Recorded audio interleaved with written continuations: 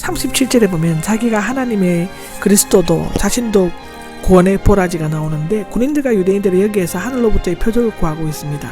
내가 유대인들의 왕이라면 당신은 그리스도가 아니요 강야에서 속삭인 마귀의 말과 비슷하다고 하는데, 그러나 교회는 그러한 표적을 행하지 않고 십자가에 못 박혀 그리스도를 선포해 왔다고 고린도전서 1장 22절 23절에는 말하고 있습니다. 9절과 43절에는 예수님께서 두 행악자와 대화를 나누신 것은 누가에만 기록되어 있습니다. 이 이야기는 인자는 잃어버린 것을 찾아 구원하러 왔다는 말씀과 맥을 같이 하고 있는데, 예수님께서는 십자가 위에서 고통스럽게 죽어가시는 순간에도 이런 약 한 마리를 구원하고 하셨다고 기록되어져 있습니다. 39절을 보면 하나가 예수님을 모독하였다가 나오는데 미알로형 으로 계속적으로 모독하는 것을 나타내고 있습니다. 중상적이고 모욕적인 뜻을 의미하는데, 무리와 대제사장들, 종교 지도자들, 로마 군인들이 조롱하였고 이제는 십자가에 함께 달린 행악자들까지 모독하였습니다. 온 우주가 인류의 죄를 담당하여 죄인으로 십자가에 달리신 예수님을 조롱하고 모독한 것이 되어 있습니다. 10절입니다. 40절에는 다른 행악자는 그를 꾸짖으며가 나오는데, 마태와 마가에는 두 강도가 예수님을 비난하고 욕한 것으로 되어 있으며 그 중 하나가 회개했다는 기록은 없습니다. 이 문제는 두 가지로 해결할 수 있는데, 첫째로는 처음에는 두 강도가 함께 예수님을 비난하고 욕했지만 그 중 하나가 회개하고 용서를 구했을 것이고, 두 번째는 하나는 욕했지만 마태와 마가에는 하나는 모독하였다라고 누가에는 그렇게 되어 있습니다. 즉 둘 다 극심한 고통에서 그리스도를 욕했지만 그 중 하나만이 모욕적인 말, 당신 자신과 우리를 구원해 보시오를 하면서 그를 모독했다는 것인데, 어느 견해가 옳다고는 할 수 없지만 한편 강도가 용서를 받고 구원을 받는 것만은 틀림이 없습니다. 그가 구원을 받은 증거가 세 가지가 나오는데, 첫째로는 다른 행악자들을 꾸짖었고, 두 번째로는 자신의 죄를 인정하고 예수님의 무죄를 변화하였고, 세 번째로는 그는 예수님을 천국으로 들어가게 하실 분으로 믿고 간구했습니다. 이것을 좀 더 자세히 보면, 첫째는 다른 행악자를 꾸짖었다는, 너는 똑같은 심판을 받았으면서도 하나님을 두렵지 않느냐. 아마도 그는 일찍이 예수님이 그리스도라는 말을 들은 적이 있었고 그에 대해 어느 정도 소문을 통해 알고 있었을 것입니다.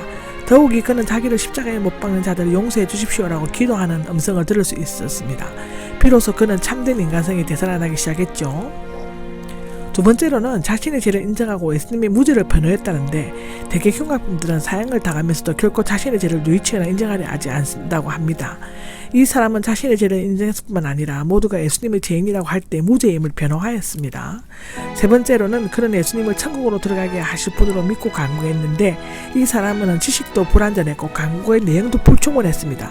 더욱이 그는 세례를 받은 일도 없고 이렇다 할 신앙생활이나 선행을 베푼 적도 없었을 것입니다. 그러나 그는 그 고통스러운 죽음의 마지막 순간에 믿음의 손을 내밀어 구원의 줄을 붙잡으려고 했다고 기록되어져 있습니다. 당신의 나라에는 나오는데 사본에 따라 되어 있는데 의미상은 큰 차이가 없다고 합니다. 굳이 세밀하게 번역한다는 경우에는 예수님께서 왕적인 능력을 가운데 오실 것을 의미하며 그리스도께서는 죽은 아버지의 나라로 돌아가실 것을 나타낸다고 합니다. 42절입니다. 기억해 주십시오가 나오는데, 좋은 것을 기억해 주십시오 또는 너그럽게 보아 주십시오를 의미합니다. 그는 예수님께서 거짓된 고발과 모함으로 죽어가시지만 자신을 그의 나라로 구원해 주시는으로 확신하고 있습니다. 43절에는 너는 오늘 나와 함께 낙원에 있을 것이다인데, 어느 날이 아니라 오늘입니다. 계획해 주는 것이 아니라 함께 낙원에 있을 것을 약속하셨습니다. 그는 여러모로 악행을 저지른 자였고 지식이나 믿음도 부족하고 보잘것없었지만 마음속 깊은 곳에서 우러나오는 회개와 믿음의 고백을 통해 즉각적인 구원과 낙원을 약속받았습니다. 이것은 오늘날 모든 믿는 자들을 구원하시는 구원의 원칙도 되는데요. 예수님은 회개하는 자를 즉시 구원하시고 함께 하시며 천국으로 이끄십니다. 낙원은 원래 페르시아 파사로서 울타리를 두른 공은 아름다운 정원의 뜻이 있고 70인역에서는 에덴 동산을 사용하고 있습니다. 창세기 2장 8절을 보면 그렇습니다. 외경과 위경에서 낙원은 이 세상 너머에 있는 축복의 땅을 의미하는데, 신약에서는 죽음과 부활 사이에 머무는 기쁨과 휴식의 장소로 의롭게 죽은 자들이 머무는 곳을 가리킨답니다. 고린도후서 12장 4절에도 나오고 요한계시록 2장 7절에도 나옵니다. 이 말은 아브라함의 품과 연관이 있는데 중간 상태인 연옥은 아닙니다. 연옥 사상은 성경적이 아닌 것이라고 기록되어져 있습니다. 16절입니다. 46절은 내 영을 당신의 손에 맡깁니다인데, 누가는 34절, 43절에 이어 십자가 위에서의 세 번째 말씀이자 마지막 말씀을 기록하고 있습니다. 소위 포기의 외침 엘리 엘리 라마 사박다니라고 하는데 그것은 생략되고 있고요. 다 이루었다. 요한복음 19장 30절에가 나오는데 세상의 마지막 작비인사라고 한다면 내 영을 당신의 손에 맡깁니다는 천국에 들어가시는 인사말이라고 할 수 있습니다. 예수님께서 숨을 거두시는 전후의 기록이 마태와 마가에서 조금 다르지만 모순은 없습니다. 첫째로는 누가가 예수님께서 휘장이 찢어진 뒤에 숨을 거두는 것으로 되어 있는 것은 먼저 구속의 역사를 완수하신 것을 강조하기 위함이었고, 두 번째 엘리 엘리 라마 사바다니의 고뇌에서 참 부르짖음을 생략한 것은 담대하게 죽음을 받아들이고 하나님께 온전히 의탁하는 모습을 부각시키기 위함이었을 것입니다. 세 번째로 신포도주로 준 것과 조롱하는 장면을 생략한 것은 희롱당하는 수치스러운 예수님의 모습을 더 이상 묘사하고 싶지 않았을 것입니다.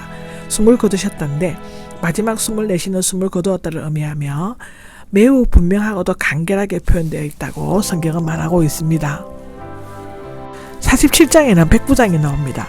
마태복음 27장 54절에도 말씀드렸는데 마태에는 백부장이 함께 지키는 자들과 함께 지진과 그 일어난 일들을 보고 매우 두려워하였으면서 참으로 이분은 하나님의 아들이셨고 고백한 것으로 되어 있습니다.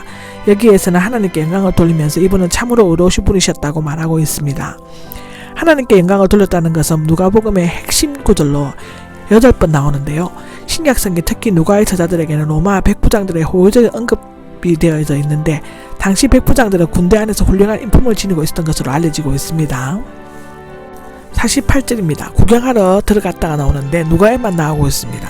누가는 다른 복음서에서만 기록된 예수님의 죽으심을 목격한 사람들 외에 구경하러 몰려든 사람들이 있었고 그들은 모두 일어난 일들을 보고 가슴을 치우면서 돌아갔고 아마도 그들은 지도자들의 성동이나 군중 심리에 이끌려 온 사람들이었을 것이며 그들의 감정이 급변하여 달라져서 충격적인 슬픔을 안고 돌아갔다고 볼 수 있습니다. 이들 중에는 그리스도를 따르던 갈릴리인들과 여자들도 있었을 것입니다. 53절입니다. 53절은 아직도 아무도 묻힌 적이 없었다가 나오는데 마태의 새 무덤을 구체적으로 설명하고 있습니다. 당시 바위를 깎아 만든 새 무덤은 웬만한 부자나 큰세가 아니면 구입할 수 없는 값비싼 무덤이었는데요. 아라마대 요셉의 헌신적인 믿음의 결과가 그는 이 일로 말미암아 성경 역사에 길이 남는 기념비적인 인물이 되었습니다. 아멘.